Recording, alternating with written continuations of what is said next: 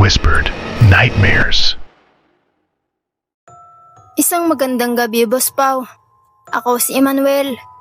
Ibinabahagi ko ang isa sa pinakanakakatakot na karanasan na nangyari mismo sa akin noong taong 2022 habang nagtatrabaho ako bilang maintenance staff sa isang lumang condominium malapit sa Ortigas Center sa Mandaluyong City.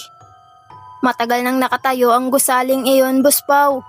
Halos 3 dekada na raw at marami nang umalis na tenants dahil sa mga kakaibang pangyayari lalo na sa gabi. Ang trabaho ko noon ay mag-inspect ng mga ilaw, hallway at lalo na ang elevator tuwing alas 12 ng hating gabi hanggang alas 3 ng madaling araw dahil madalas itong magloko. Hindi ako naniniwala noon sa mga kwento ng mga guard na may nagpapakita raw na hindi pangkaraniwan sa elevator, lalo na sa 13 palapag na matagal nang walang nakatira. Isang gabi ng Nobyembre, Boss Pao, halos 1:00 na ng madaling araw nang makatanggap ako ng report mula sa guard station na kusang gumagalaw ang elevator kahit walang sumasakay. Dahil trabaho ko iyon, Boss Pao, agad akong pumunta sa lobby. Tahimik ang buong building. Tanging ang mahinang ugong ng elevator machine at ang malamig na hangin mula sa aircon ang naririnig ko. Pagdating ko sa elevator area, napansin kong nakabukas ang isang elevator kahit walang tao. Pumasok ako at pinindot ang mga buton para i-check kung may problema sa system. Habang pababa ito mula 10 palapag, bigla itong tumigil sa 13th floor kahit wala akong pinindot na ganoong buton. Dahan-dahang bumukas ang pintuan, Boss Pao. Madilim ang hallway sa labas. Walang ilaw dahil matagal nang pinatay ang linya ng kuryente sa palapag na iyon. Ang alam ko ay wala nang tenant doon dahil may nangyaring sunog maraming taon na ang nakalipas. Ngunit habang nakabukas ang pinto ng elevator, nakaramdam ako ng kakaibang lamig na parang may hangin na pumasok kahit sarado ang mga bintana. Hindi ako bumaba, Boss Pao. Nakatayo lang ako sa loob ng elevator habang nakatitig sa madilim na koridor. Pagkatapos ng ilang segundo, kusa itong nagsara at bumaba uli sa ground floor. Doon ko napansin ang isang kakaibang bagay sa salamin ng elevator. May bahagyang bakas ng kamay na parang basa, na para bang may humawak sa dingding sa likuran ko. Kahit ako lang ang tao sa loob. Pinunasan ko iyon at sinubukang huwag pansinin, Boss Pao.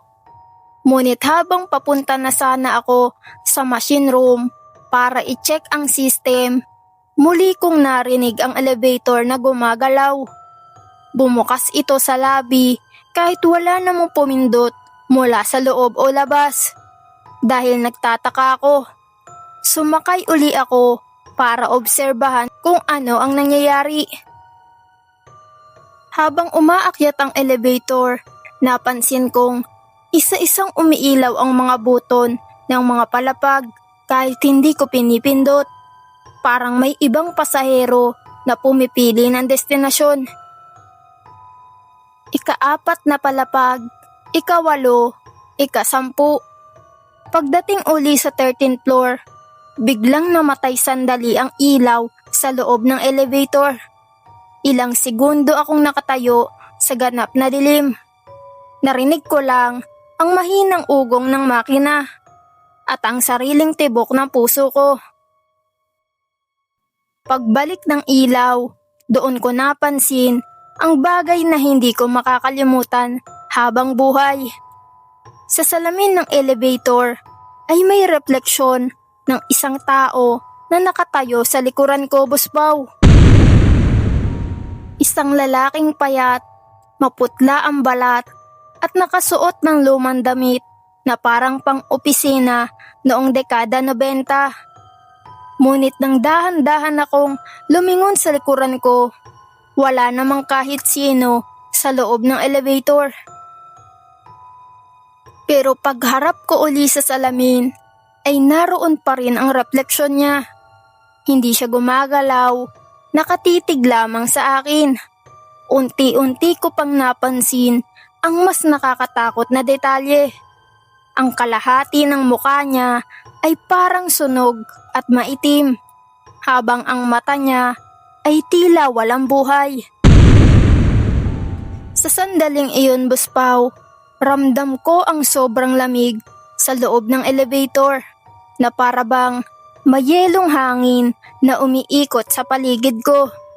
Biglang nag-flicker ang ilaw at kusa na namang nagsara ang pinto. Ang mas nakakatakot, gumalaw ang elevator pababa kahit wala akong pinindot. Habang bumababa ito, Boss Pao, ramdam kong parang may tumayo sa mismong tabi ko. Mabigat ang pakiramdam ng hangin at may kakaibang amoy na parang usok na sunog na kahoy. Pagdating sa ground floor, agad bumukas ang pintuan. Halos tumakbo ako palabas ng elevator at napaupo sa lobby dahil sa sobrang takot. Pagtingin ko pabalik sa loob ng elevator, bago ito magsara, doon ko nakita mismo ang hindi ko inaasahan. Boss Pao, nakatayo sa loob ang parehong lalaking nakita ko sa salamin kanina. Malinaw ko siyang nakita sa loob ng elevator habang nakatitig sa akin. Ang kalahati ng katawan ay parang abo at sunog at ang mata niya ay nakapako lamang sa direksyon ko. At bago tuluyang magsara ang pintuan ng elevator, kusa nitong pinindot ang buton ng 13th floor kahit wala namang ibang tao roon. Kinabukasan, tinanong ko ang pinakamatagal ng guard sa building tungkol sa nangyari. Doon ko nalaman ng isang bagay na lalo pang nagpatindig ng balahibo ko. Maraming taon na raw ang nakalipas, may isang empleyado ng opisina sa 13th floor ang nasunog sa aksidenteng sunog sa palapag na iyon. Hindi na raw ito nakalabas ng elevator area noong gabing iyon.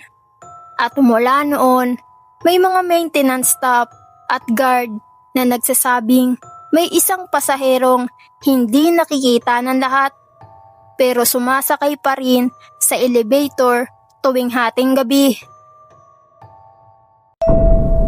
Mga ka-horror, ay maraming salamat po sa mga nakasubscribe na sa ating channel. At sa mga hindi pa nakasubscribe ay subscribe ka na, ka-horror. Maraming salamat.